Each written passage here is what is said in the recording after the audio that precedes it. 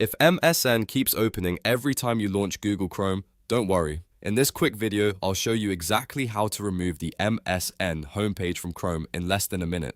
This is a simple fix if your browser's startup page was changed and you want Chrome to open the page you actually prefer. If this helps, please hit like and subscribe for more fast tech tutorials. First, open Google Chrome on your computer. Then, in the top right corner, click the three dots to open the Chrome menu. From the menu, select Settings. Once the settings page opens, look at the left-hand menu and click on Startup. Now choose Open a specific set of pages. You'll see a list of pages that Chrome opens when it starts. Find msn.com in that list. Next to MSN, click the three dots icon and then click Remove.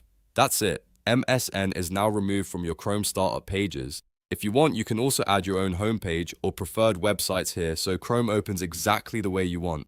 And there you go, you've successfully removed the MSN homepage from Google Chrome. If this video helped, don't forget to like, subscribe, and check out my other quick Chrome fixes.